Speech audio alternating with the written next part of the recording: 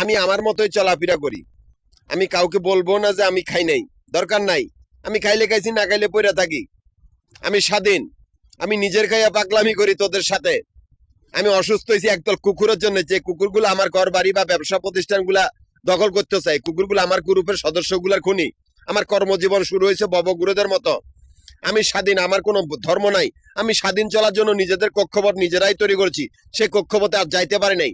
সে কক্ষপথে 3টা cash counter, Mirpur, Nawabpur, মতিঝিলে 3টা জায়গার ভিতরে আমাদের ব্যবসা প্রতিষ্ঠানগুলো হলো আবাসিক বাড়িঘর আর হোটেলের।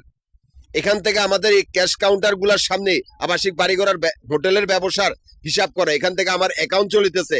অথচ মাফিয়া কতগুলি কুত্তার দল আমার এই ক্যাশ কাউন্টার গুলার সামনে তাদের নিজেদের আস্তানা, ওরা আমাদের ব্যবসা প্রতিষ্ঠান বা বাড়িঘর গুলা দখল করবো। সেই কুত্তার বাচ্চাগুলোর মনে আসা জীবনেও পূরণ হবে না, কেননা ওরা শূন্য স্থানে পড়ে গেছে। ওদের কল্লা কাটার বাহিনী চতুর্পাশে, ওদেরকে গণদোলাই দেওয়া বাহিনী চতুর্পাশে। ওরা, তোরা যতই চেষ্টা করস তোদের কোনো লাভ হবে না। ওরা আমার গ্রুপের সদস্যগুলা খুন করছে, এমনকি আমার জরুরি কাগজপত্রগুলা চুরি করছে। কুত্তার বাচ্চাগুলা ব্যাংকের ভিতরে, আর আমরা ব্যাংকের বাইরের থেকে আমাদের অ্যাকাউন্ট চলিতেছে।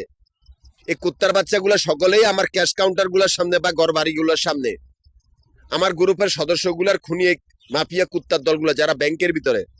মাফিয়া কুত্তার দলগুলার চরিত্রবিধি হাইজাকার বা নিকৃষ্ট অজ্ঞান পার্টি বা নিকৃষ্টতম গুন্ডা পান্ডা বা নিকৃষ্ট ডাকাত দল বা নিকৃষ্টতম জঙ্গি সংগঠন, যারা সকলেই ব্যাংকের ভিতরে, আর আমরা ব্যাংকের বাইরে থেকে আমাদের ব্যবসার অ্যাকাউন্ট চলিতেছে। এই কুত্তার বাচ্চার গুলার সর্দার হলো আশিক চৌধুরী, যার আত্মীয় স্বজন গুলা সারা পৃথিবীর জঙ্গি সংগঠন বা সারা পৃথিবীর ডাকাত দল।